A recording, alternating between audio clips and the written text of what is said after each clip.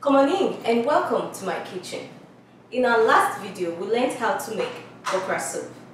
In today's video, which is highly requested by one of you guys, I'll be showing you how to make Nigerian Chinchin.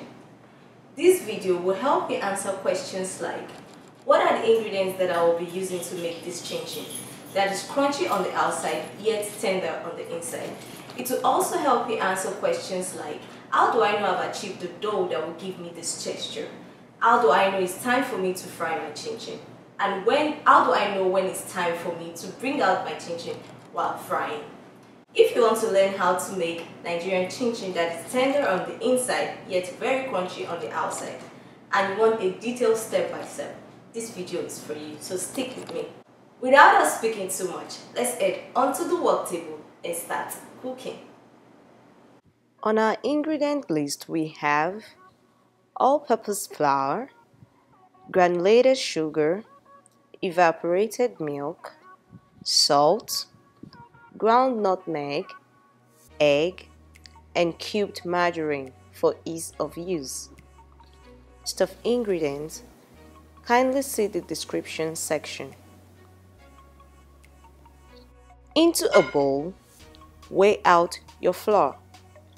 Now, if I am asked to recommend a tool for beginners, a weighing scale will be on my priority list, simply because it takes out any guesswork and makes following any recipe guide a breeze.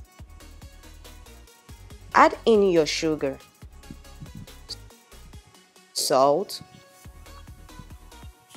and nutmeg.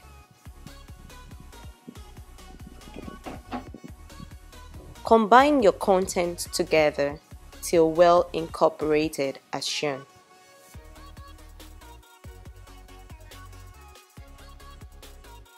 After that, add in your solid fat. I use Blue Burnett margarine because, in my opinion, it tastes like butter with less cholesterol and can withstand higher heat than butter. You can use butter or shortening. However, shortening has a bland flavor to it and will require you to add more sugar to the dough, resulting in a more dense or cookie-like texture. Cut your fat into the flour till you get a mixture resembling coarse crumb. This is what you should aim at. It is fine if you have a few fat here and there, the size of a pea. Once satisfied with your mix, create a well in the middle. This step allows for minimal but uniform mixing by increasing the contact between the wet and dry ingredients, thus getting you one step closer to a crunchy and tender chinchin. Crack your eggs into this well and pour in your milk. If you're using my ingredient guide, kindly pour all the stated liquid in before mixing to get the full benefits of the well. For a split minute, I forgot this was a beginner's tutorial, and this little by little process of adding the liquid requires a bit of experience or practice so as not to overmix the mixture.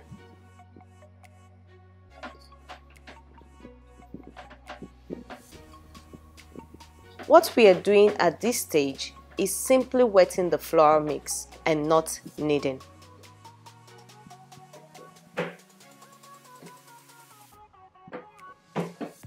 Once the flour mix is uniformly wet, gather it into a bowl.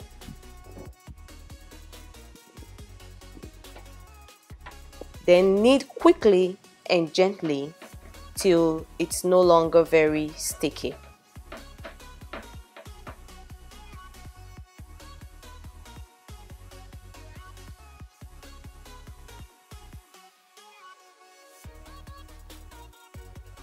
Try and smoothen the dough afterwards. If you feel it is still very sticky, like in my case, sprinkle some flour and then gently and quickly knead the dough and smoothen afterwards.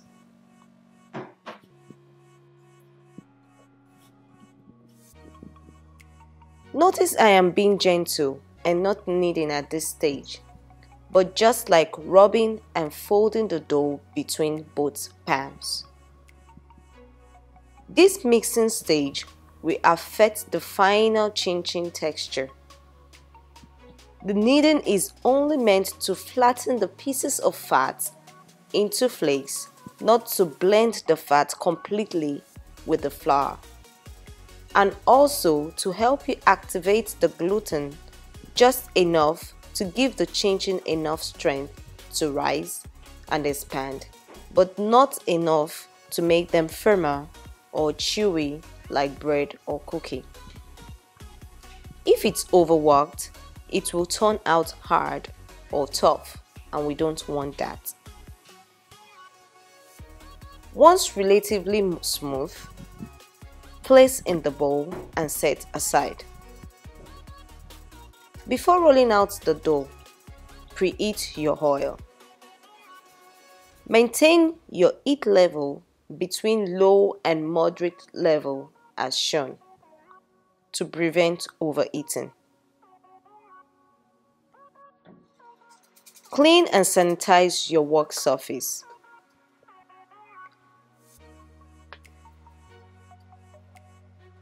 Lightly flour your surface to minimize dough from sticking to it. Your final prepared dough look should not be springy like bread or cookie dough. Lightly flour the dough surface to prevent sticking to the rolling pin as well. Then let's proceed to rolling out the dough as shown.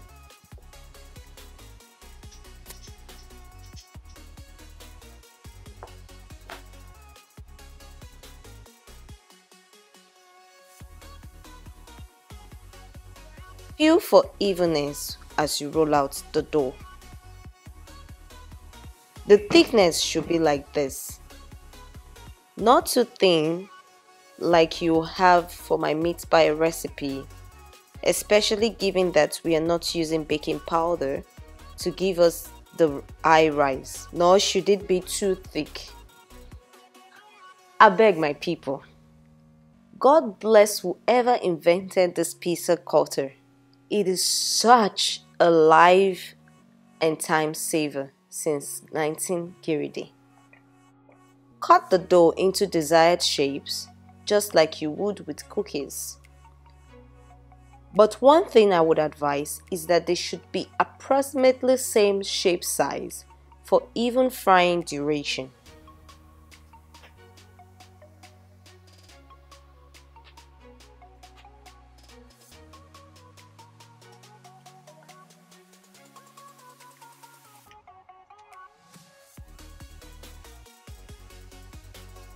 I usually tend to make two shapes, squares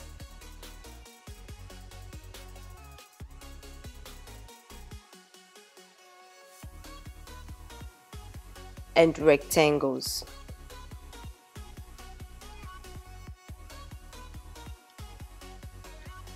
Sprinkle some flour on top and use a kitchen scraper or your hand to place them onto a lightly floured tray.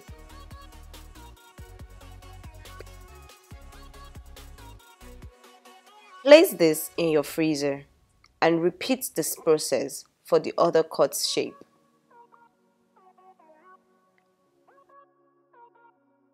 I like to toss them around to evenly coat them with the flour to further minimize stickiness.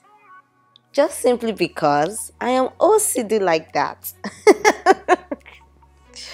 But you can skip this step and place them inside the freezer because it will separate when they are added to the preheated oil. Let me show you the thickness.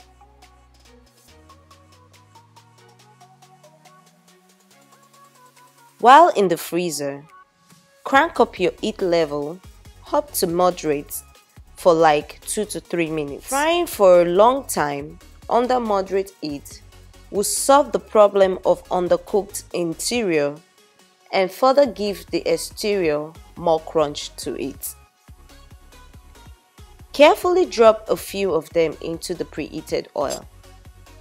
Now, this is going to serve as your testing stage to ensure that your oil is behaving well, and also, give you the feel of what the journey you're about to embark on is. You will need to stir at interval for even brown. Once it has turned golden brown, take it out of the oil and place on a paper-lined bowl. Bring out the first batch from the freezer and carefully drop it in the preheated oil. You will notice the ease of handling them because they are hardened. From my experience, this extra freezer step adds to the crunchy result as well. Leave it to fry for some minutes, then stir at intervals. At the beginning, you will not have to stir so frequently because at this stage, the chinchin is softened and you do not want to deform the beautiful shape already created. Once you start to notice some brownness, the frequency of stirring should increase. Then, once you get somewhat more uniform brownness as shown, it is best you keep stirring till you get the uniform level of brownness you desire.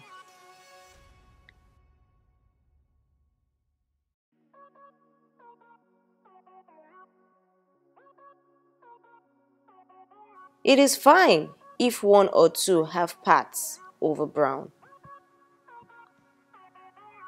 For the purpose of this tutorial, I'll make 2 levels of brownness. If light golden brown is your thing, it is okay to bring it out now. But note, the more darker it is, the more crunchier it will be.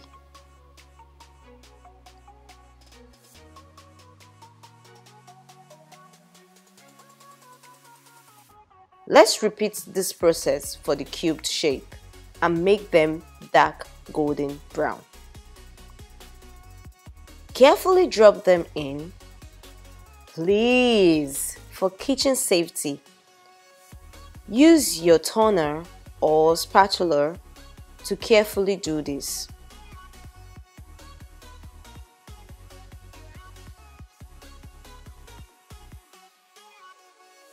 Then proceed to stirring at intervals, like the first batch.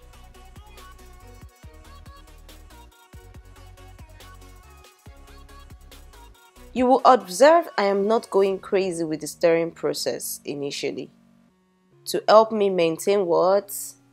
The shape, people!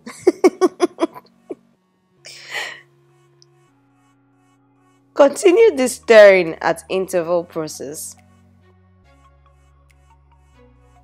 till you start seeing the brownness on some. Then increase the frequency.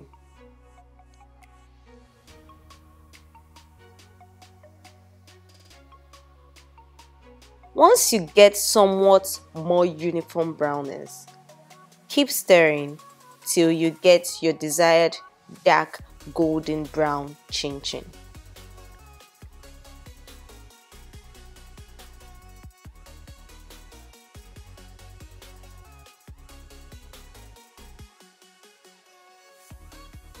Once you're satisfied with the brownness, sieve out and place on paper towel to blot out any excess oil during cooling.